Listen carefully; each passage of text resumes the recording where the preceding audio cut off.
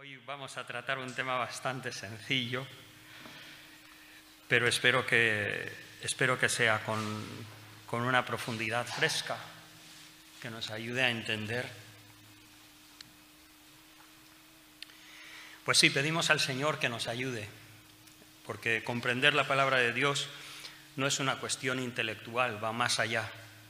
Tiene que ver con un discernimiento espiritual, con una disposición del corazón y también con la intervención de Dios, que como dice en Hechos capítulo 16, el Señor abrió el corazón de Lidia para que pudiese entender la palabra del Señor.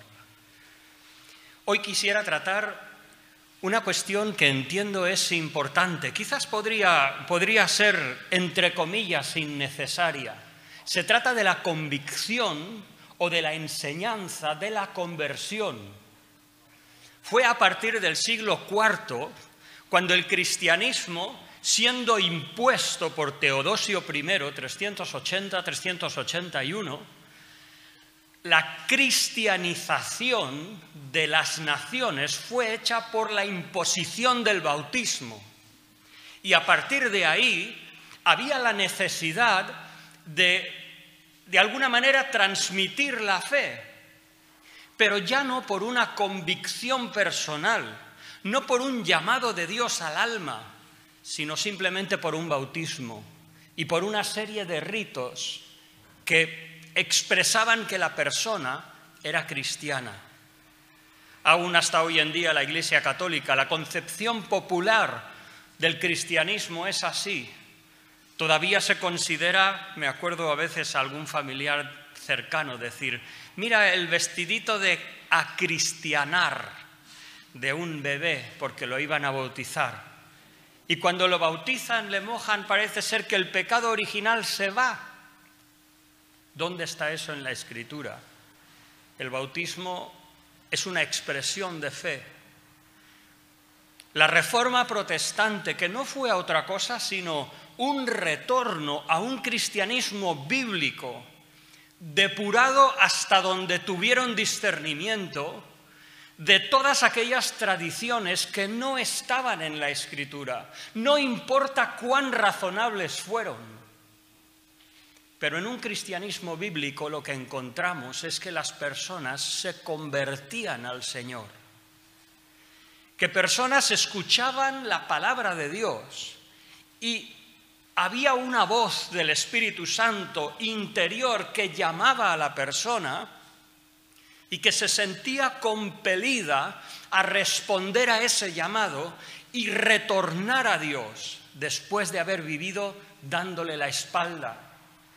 Así tenemos, por ejemplo, el día de Pentecostés, que Pedro, después de tener la imagen del crucificado, de verdad, es difícil para nosotros occidentales, no semitas ni judíos, tratar de imaginar lo que era un crucificado entonces. Era una persona desechada, era la ignominia, la vergüenza de la cruz. Después de que todavía la imagen de esa ignominia estaba fresca en la mente de las personas, aún Pedro, el mensaje es que a ese que vosotros, dice, habéis crucificado, a ese Dios le ha hecho Señor y Cristo.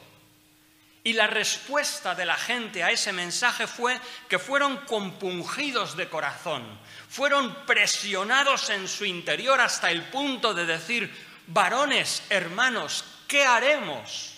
Porque tenían la plena convicción de que lo que habían escuchado no solamente era cierto, sino era el mensaje de Dios, que los llamaba a una reconciliación con Dios.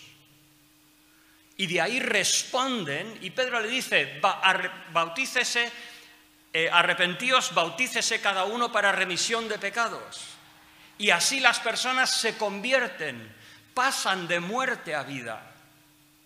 Es triste que en algunos círculos que se llaman protestantes hoy en día ya no se habla de esa enseñanza. Pero nosotros que somos herederos de tradiciones quizás más, vamos a decir, evangélicas, donde hemos vivido la predicación, el mensaje al mundo de que se arrepientan, de que se conviertan. La pregunta ¿es realmente necesario hablar de la conversión? A veces lo que vemos es que en nuestras iglesias evangélicas la conversión no siempre es tan clara. Y a veces no por mala fe, no por algo negativo, sino es que la experiencia, por ejemplo, de un joven que ha crecido toda su vida en la iglesia, a veces no discierne con claridad cuándo fue que aceptó al Señor. Hay personas que tampoco entienden, porque vinieron una vez, se sintieron a gusto, hubo algo en el ambiente que les hizo sentir como al calor de una familia y así se quedaron. Hay otras personas, por otra parte, que sí confiesan que se han convertido al Señor, pero que sus vidas no hablan tanto de un cambio. ¿Qué relevancia tiene la conversión? Pues creo que tiene mucha relevancia hablar de la conversión en esta mañana y, cómo no, un día que vamos a tener bautismos. Porque la imagen de la iglesia ideal que tenemos en nuestro primer mundo me parece que a veces dista bastante de lo que es la iglesia primitiva. La iglesia ideal de nuestro mundo es una iglesia grande, una iglesia más de 100, 200 personas, con un estrado maravilloso, con una música que realmente transmite un ambiente donde puedes entrar y salir y no conoces a todas las personas. ¡Qué diferente! Os hablo a vosotros creyentes que habéis estado aquí cuando estábamos todavía en la dictadura o en los primeros años de la democracia. Y nuestras iglesias, yo recuerdo comenzar una iglesia en una casa con 2 familias y apenas 5 jovenzuelos.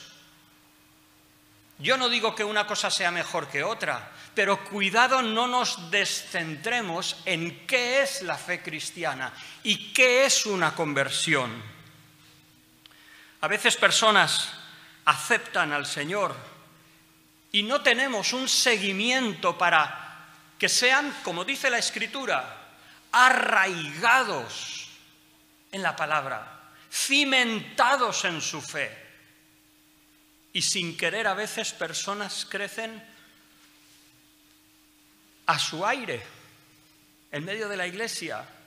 Y nuestras iglesias que quizás por el mundo en que estamos viviendo, yo no quiero demonizar a nadie ni nada, pero la realidad es que qué difícil es construir una vida cristiana solamente con un par de horas a la semana. A veces en nuestro tiempo hay círculos donde la fe se confunde con las emociones y donde a menos que yo no me sienta movido es que el Señor no estaba ahí. O por otra parte, si me he sentido movido, pues entonces es que el Señor estaba ahí. Yo no he ido nunca a un concierto secular de música. No sé, yo me convertí y para mí las cosas fueron claras. Alguien me dijo, no, la música del mundo pues habla de amores y de tal y cual y bueno, tiene su lugar, pero nosotros amamos la música del Señor. Y no sé, para mí eso fue suficiente. Después he aprendido que, bueno, que hay otras cosas. No se trata de que no toques, no gustes y no manejes. Pero ¿dónde está nuestro corazón? Pero me preocupa cuando nuestra fe se expresa solo en cuestión de sentimientos. Y cuando nuestros sentimientos están a flor de piel, entonces soy creyente. Y si me levanto mal, pues no sé, algo pasa con mi fe. Creo que a veces la expresión de algunas personas que se sienten agobiadas por la vida de iglesia me hace cuestionar, ¿entendemos lo que es la conversión? Porque estamos hablando de que solo nos reunimos 2 horas a la semana y aún así resulta que, es que estoy agobiado, necesito tomarme un fin de semana fuera. Bueno, está bien, y yo no voy a ser aquí legalista, por favor, que nadie me acuse de eso, pero me preocupa de que nos sintamos agobiados por la vida de la iglesia. Hay creyentes de toda la vida que se pasan meses sin venir a la iglesia. Y dices, ¿entendemos lo que es la conversión? Otras veces hay creyentes que parece que entienden que la iglesia es un supermercado donde vienes y tú tomas lo que quieres.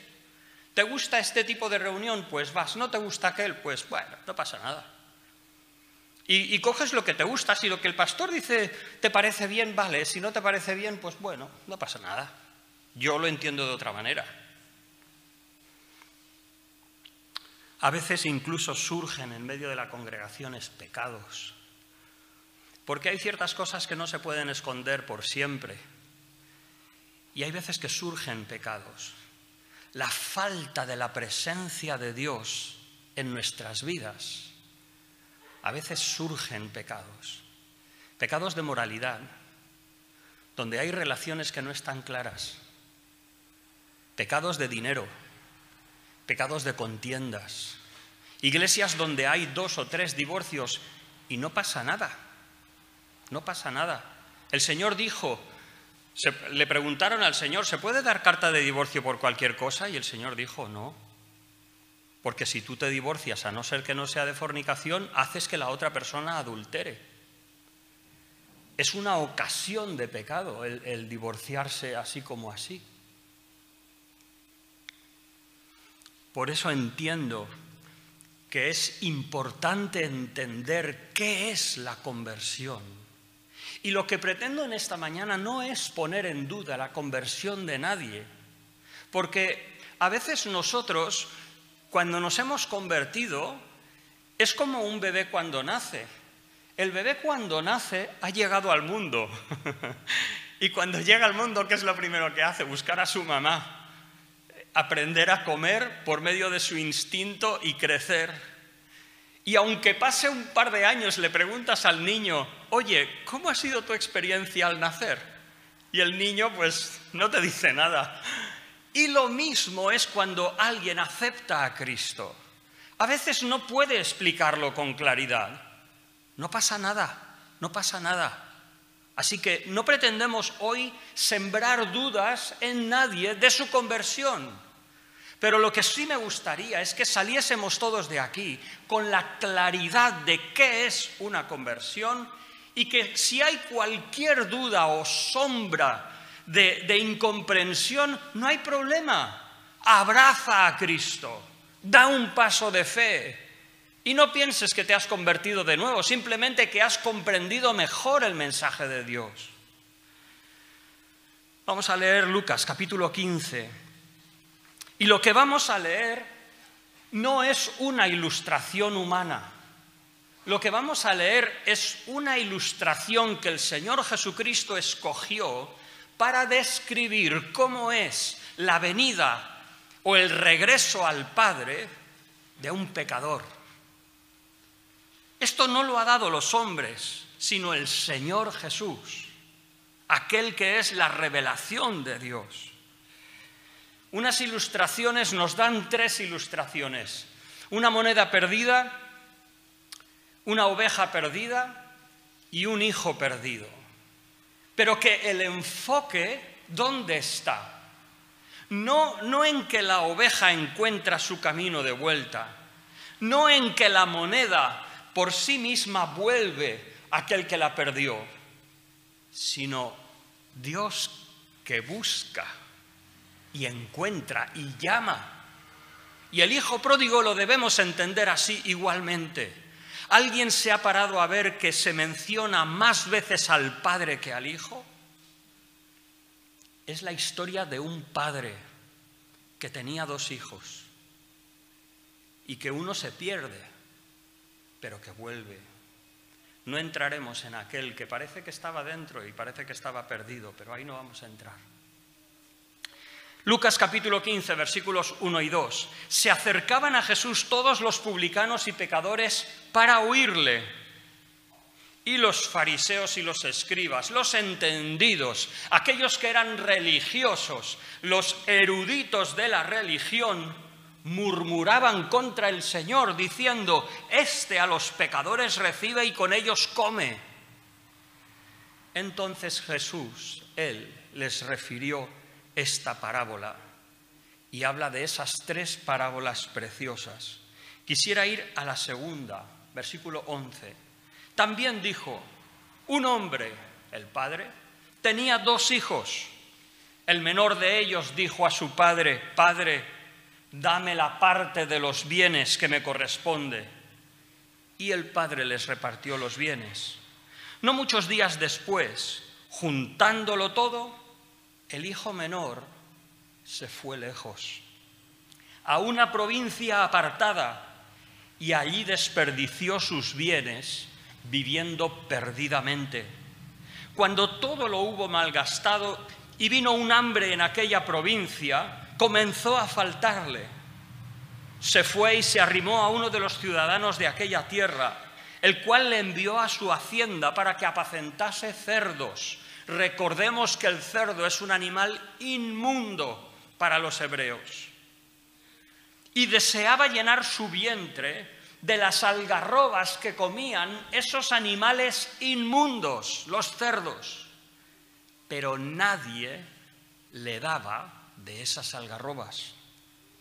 Y volviendo en sí, dijo, ¿cuántos jornaleros en casa de mi padre tienen abundancia de pan y yo aquí perezco de hambre? Me levantaré e iré a mi padre y le diré, Padre, he pecado contra el cielo y contra ti. Ya no soy digno de ser llamado tu hijo. Hazme como uno de tus jornaleros. Y levantándose vino a su padre, y cuando aún estaba lejos, lo vio su padre. Y fue movido a misericordia, y corrió, y se echó sobre su cuello, y le besó abundantemente. Y el hijo le dijo, Padre, he pecado contra el cielo y contra ti, y ya no soy digno de ser llamado tu hijo. Pero el padre, no le dejó terminar, el padre dijo a sus siervos, sacad el mejor vestido y vestidle, poned un anillo en su mano y calzado en sus pies, y traed el becerro gordo y matadlo, y comamos y hagamos fiesta, porque mi hijo, muerto era y ha revivido, se había perdido y es hallado. Y comenzaron a regocijarse. 3 cosas me gustaría tratar de esta historia que, al menos en décadas pasadas, era conocida. Hoy en día, con la secularización que estamos viviendo, es posible que algunos hijos crezcan sin conocer la historia del hijo pródigo, espero que no. Pero vamos a tratar 3 cosas. En primer lugar, lo que es el marco esencial de la salvación. La salvación está estructurada, está dibujada en un escenario que no es baladí. Es el propósito de Dios y es la forma en cómo Dios ha constituido este mundo. En segundo lugar, la experiencia interior de la salvación. Y en tercer lugar, el regreso y el encuentro con el Padre. En primer lugar, dice la Escritura, cualquiera que se acerca a Dios es necesario que crea que le hay. Aquí en esta parábola vemos 2 cuestiones importantes. Y es que no se trata de una religión. La fe cristiana se trata de un Padre. Se trata de una persona. Es cierto que no podemos ver a Dios, que es muy difícil definir su naturaleza. Es cierto que el ser de Dios excede a nuestro conocimiento. ¿Cómo puedes describir a alguien que es eterno, que no hay diferencia para él entre pasado, presente y futuro? Trasciende nuestros conceptos, no podemos entenderlo. Pero el Evangelio comienza con, en el principio, Dios creó los cielos y la tierra. Y si quieres acercarte al mensaje del Evangelio, tiene un marco que es la existencia de Dios como arquitecto, como creador de este universo. Ya no entro en los detalles de cómo fue que creó Dios el universo, de cómo se hicieron estas pequeñas cosas. No entiendo eso, pero si tú no tienes en tu mente que Dios es el origen de tu existencia, no estás preparado para ir a la conversión. Primero necesitas entender, porque si no, no puedes sostener tu fe en una burbuja. Tu fe descansa en un ser personal, no un ambiente, no una religión, no un partido político, no una asociación de personas. No. La conversión se basa en un Padre, en una persona, que aunque no le pueda definir, sé que es una persona que siente, que se ofende, que decide, que tiene su voluntad, sus emociones, su intelecto y sobre todo discernimiento o naturaleza moral que lo distingue el bien del mal. Los bienes son del Padre. Es un hijo que le dice al Padre: dame la herencia que me toca, dame lo que es mío por constitución. Y una conversión tiene como marco, como esquema, que lo que se trata es de responder a ese Dios creador del universo, un reconocimiento de quién es Él. Otra cuestión que vemos en este marco es que ¿cuál es el problema? El problema es una lejanía. El hijo que se va lejos, que da la espalda al Padre. Algo en principio innatural, pero después que entra en un desorden moral. Se aleja y luego malgasta los bienes de su Padre. Ese es el problema que nos separa de Dios. El problema que nos separa de Dios no es falta de educación, no es simplemente que ¡ay, qué a gusto me siento aquí! Hay una cuestión de pecado que te separa de Dios, y si no arreglas eso con Dios, no podemos hablar de conversión. ¿Tienes claro que el problema esencial del hombre es el pecado? ¿Es su rebeldía? ¿Es que da la espalda a Dios? Y como da la espalda a Dios, su conducta se vuelve desordenada, se centra en sí mismo, en satisfacer sus placeres, en acomodar su cosmovisión a lo que le gusta, lo que le apetece, y eso resulta ¿en qué? En un caminar desordenado moralmente. La cuestión se resume con la palabra pecado. Si pudiéramos resumir qué es lo que ha pasado con este hijo, él lo dice, cuando volvió en sí, dice: he pecado contra el cielo y contra ti. Esa es la situación que debo solucionar. No es simplemente que andaba despistado por el mundo y ahora pues he querido volver a Dios. No, es que he pecado contra el Padre. Y como he pecado, necesito algo que me restaure esa relación. Necesito volver a aquel que me ha dado la existencia y todos los bienes que tengo, todos los talentos que pueda tener, todos los dones. Necesito a mi Padre. Soy huérfano por mi propia transgresión. Esa es la base, el fundamento de la salvación. En segundo lugar, lo que vemos es que hay una experiencia interior en el Hijo que se ha ido. Y el Señor Jesús se encarga de describírnoslo con una viveza de detalles. Cuando dice, por ejemplo, primero después de su decadencia moral, después de el fin que tiene su decisión equivocada, después de ver el resultado de su conducta, de una independencia ilegítima de Dios, de una concepción moral errónea, y entender que está perdido sin su Padre, nos describe el Señor, cuando todo lo hubo malgastado, cuando por la gracia de Dios alguien se da cuenta que todo lo que ha hecho no ha hecho sino alejarle de Dios.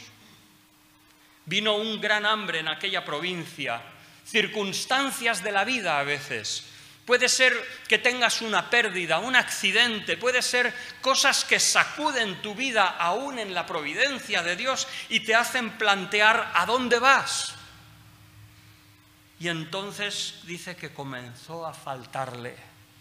Comienza a generarse dentro de ese hijo menor, insensato, empieza a generarse una consciencia de dónde le han llevado sus decisiones. Y dice que se arrimó a uno de los ciudadanos de aquella tierra y le envió a una pocilga a cuidar animales inmundos y aún allí tenía hambre. ¿Cuántas veces personas que empiezan a sentir esa necesidad de Dios se acercan a cosas a ver si puede suplir aquello que sienten en sus corazones, esa carencia, y todavía van como ciegos palpando para encontrar que nada en este mundo sacia el corazón? Deseaba llenar su vientre de las algarrobas que comían los cerdos, pero nadie le daba, hasta que vuelve en sí, hasta que se da cuenta de su realidad. Y la realidad no era simplemente que había un hambre en aquella zona. Sí, eso era cierto, pero había una realidad más profunda. Y esa realidad es que había pecado contra su padre. ¿Cuántos jornaleros en casa de mi padre tienen abundancia de pan y yo aquí perezco de hambre? Me he apartado de Dios, me he alejado de su presencia, he decidido según mis criterios y estoy en la miseria por mi culpa. Y mi primera necesidad esencial es volver a la casa de mi padre, aunque sea como un jornalero. Ese es el fondo de la conversión. Me levantaré. Bueno, dice, yo aquí perezco de hambre. Bendita esa angustia cuando la persona se da cuenta que sin Dios está pereciendo. Me levantaré e iré a mi padre y le diré, Padre, he pecado contra el cielo y contra ti. Esto es volver en sí. Volver en sí no es simplemente entrar en un edificio donde hay música preciosa que levanta nuestra alma. No. Volver en sí es darte cuenta de dónde estás, de que sin Dios estás en la miseria o estoy en la miseria. Me levantaré, iré a mi padre, diré, Padre, he pecado contra el cielo y contra ti. No soy digno. Señor, quiero volver a ti. Y no soy digno. No soy digno de ser llamado tu hijo. He ofendido a Dios. Qué bendita angustia y confusión, donde por una parte la persona es absolutamente consciente de que merece el castigo de Dios, pero al mismo tiempo, viendo la cruz de Cristo y el amor de Dios y la llamada del Espíritu Santo en el corazón, determina volver hacia su Padre llamado por su amor. Y es esa tensión, esa angustia que le lleva a una decisión que gobernará su vida. Esa es la conversión. Hay un asunto que es importante discernir en este pasaje, y es que el hijo se fue a un lugar lejano y no solamente fue sentirse compungido, eso está bien, pero es el principio. Hay personas, estoy convencido, que porque sienten sus corazones conmovidos piensan que ya son creyentes. No, perdóname. Que aquí, ¿cuándo fue la reconciliación del hijo? ¿Cómo fue la conversión de este hijo menor? Todo. Su trabajo interior de corazón, pero hasta que no llegó al padre y el padre corrió a recibirle y le abrazó y lo llevó dentro de su casa, eso es la conversión, toda la imagen. No te quedes solo con una parte. No pienses que porque tus emociones han sido tocadas ya eres creyente. De eso nada. Él se determinó volver a la casa de su padre. Y que quede claro, yo no estoy hablando de obras, para ganar la salvación, ni muchísimo menos. Pero es la expresión de la fe. Dice el Señor, con tu corazón crees en el Señor y con la boca lo confiesas para justicia. Romanos capítulo 10, versículos 9 y 10. Es la expresión de tu fe. No se trata de obras meritorias, es simplemente la característica de una fe genuina. Fijaos, por ejemplo, cuando el Señor habla de que el reino de los cielos es como el sembrador que sale a sembrar. Y dice que parte de esa simiente cae en pedregales. ¿Y qué pasa? Dice que la simiente entra y germina. Y dices, es creyente. No. Una respuesta mínima al Evangelio no significa que hay conversión. Porque ¿qué pasa? Dice el Señor, sale el sol de la prueba, se marchita y se fue. No ha tenido lugar salvación, no ha ocurrido la conversión. ¿Qué diremos de aquellos discípulos que estuvieron con Jesús por días sin comer, 3 días escuchando al Señor, sin comida? Y luego el Señor se va, los discípulos siguen al Señor y cuando lo encuentran el Señor les dice, me habéis seguido no porque creísteis las palabras, sino porque comisteis y os saciasteis.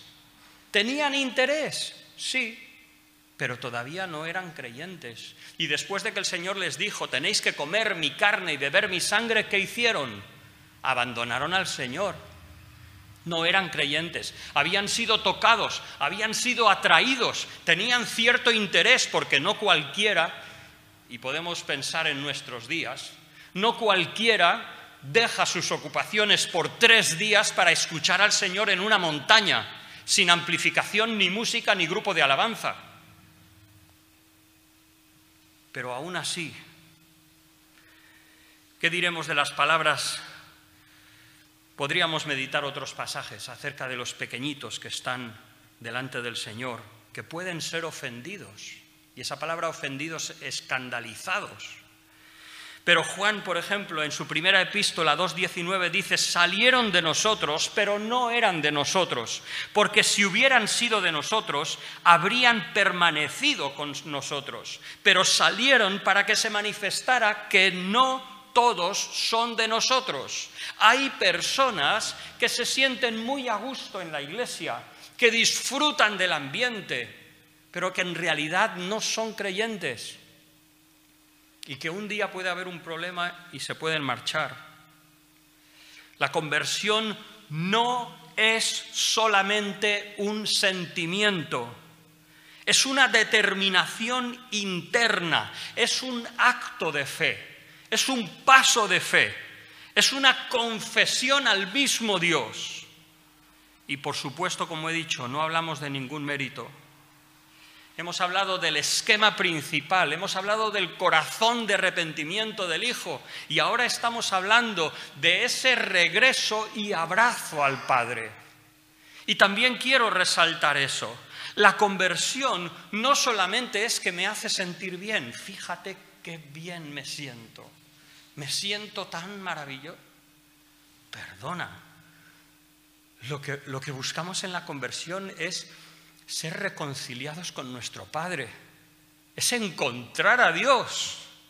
La conversión no es sino la respuesta, como dice 1 Corintios 1:9, hemos sido llamados a la comunión con el Padre y con su Hijo Jesucristo. Un mensaje que confirmaron y enfatizaron los apóstoles. Juan dice, lo que hemos palpado con nuestras manos, lo que han visto nuestros ojos, en referencia a la palabra de vida, al Hijo de Dios. Y dice, nuestra comunión verdaderamente es con el Padre y con su Hijo Jesucristo. Por eso la conversión, sí, está bien, somos perdonados. Está bien que somos liberados del pecado, somos sanados del corazón, pero ten cuidado, no centres tus ojos en ti mismo y te olvides de que la conversión es una reconciliación con Dios. Es que has ido al rostro de Dios y le has pedido perdón por tus pecados. Has vuelto, como dice Primera de Pedro, al obispo y pastor de nuestras almas. Es una restauración de la relación personal de un alma con su Dios. Eso es la conversión. Hay unas consecuencias en la conversión. Fíjate, el viernes estuvimos hablando, Colosenses capítulo 2, donde algunas personas pretendían que después de creer en Jesús había algún tipo de superespiritualidad, de misterios hay místicos que las personas tenían que buscar no sé dónde.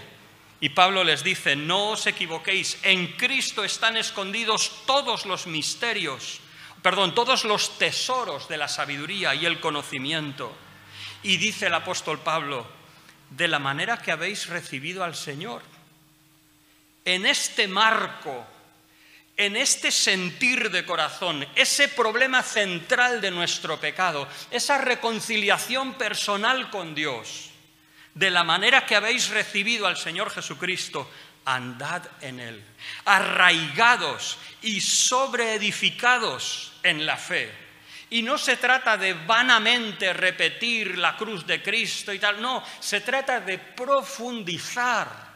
Y en este pasaje de Colosenses capítulo 2, el apóstol Pablo habla de tipos del Antiguo Testamento, cómo entenderlos a la luz de Cristo. Habla acerca de ser sepultados en el bautismo, de mirar a la resurrección, de experimentar el poder de Dios. Eso es profundizar, pero ¿profundizar en qué? En una fe que tiene como esquema principal a un Dios que creó el universo, de quien depende mi existencia.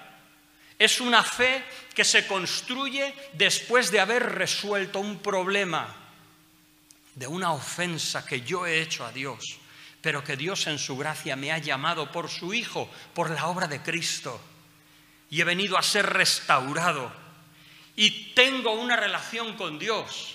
Está bien la relación de los hermanos. Está bien, de verdad, entiendo que en la iglesia una persona se tiene que sentir inspirada, bendecida, y que hay veces, tristemente, lo he vivido, de que hay personas que no se sienten bendecidas en una congregación. No. Es importante que seas bendecida. Y necesitamos luchar para ser canales de la presencia de Dios.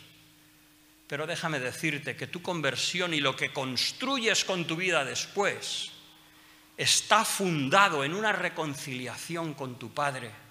Y la necesidad es de abundar en esa relación, en levantarte cada mañana y decir, Señor, buenos días, hoy quiero caminar contigo.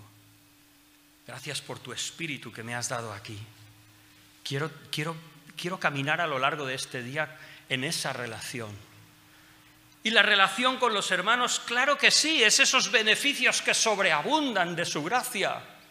Pero el centro es que, Señor, como el ciervo brama por las corrientes de agua, así brama por ti, mi alma.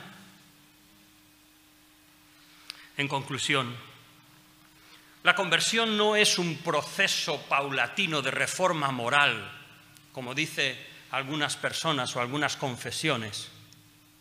La conversión es un paso de muerte a vida, pero no es un susto. No es algo que te coge, ¡ay! ¿Qué me ha pasado? No. Es un trabajo de alma, fruto de la palabra de Dios y la obra del Espíritu Santo, que genera una tensión y una angustia que no se sacia hasta que no eres reconciliado con tu Padre, hasta que no vienes a tu Padre y incapaz de llegar a tu Padre, el Padre está buscando a ver dónde estás y cuando te ve, aunque estás todavía lejos, corre a buscarte y te abraza, te besa, cambia tu vestido, cambia tu apariencia, cambia tus costumbres, cambia tu vida, te pone un anillo, una dignidad, una certeza, una confianza con tu Padre y celebra una fiesta, tú y tu Padre, y también el resto de la familia, ¿por qué no? Pero tú con tu Padre. La conversión es una decisión que tiene un efecto de por vida. Por eso digo, cuando alguien me dice que le agobia la iglesia, digo, perdona, no sé, no entiendo. ¿O estamos fallando nosotros como iglesia en ser canales de Dios? ¿O es que tú te has despistado? Porque lo que anhela el alma es tener comunión con su Padre. El propósito de este mensaje, como he dicho, no es que nadie dude de la salvación que tenga, pero sí es que tengamos claro qué es un nacimiento. Si bien un bebé no puede describir cómo vivió su experiencia de nacer, y nosotros cuando aceptamos a Cristo, pues no conocíamos lo suficiente, hoy hemos visto qué es la conversión de un alma. Entonces, abrázalo. Desecha cualquier comprensión que no venga de la palabra de Dios y entiende que la conversión es un acto de fe que abraza a su Padre. Vamos a orar. Señor, no tenemos palabras para describir tu corazón, que no solamente soportó nuestro pecado, sino que ofreciste a tu propio Hijo para llamarnos, para poder ofrecernos ese perdón tan completo y perfecto que podemos disfrutar. Pedimos, Señor, que podamos comprender con claridad qué es la conversión, que no haya dudas en nuestro corazón, que haya claridad, que podamos entender como hijos tuyos qué es lo que nos pasó cuando nacimos de nuevo y que sepamos asimismo orientar a las personas que están a nuestro lado para que no tengan conceptos erróneos, distorsionados de lo que es una conversión. Pedimos tu bendición en el nombre del Señor Jesús. Amén.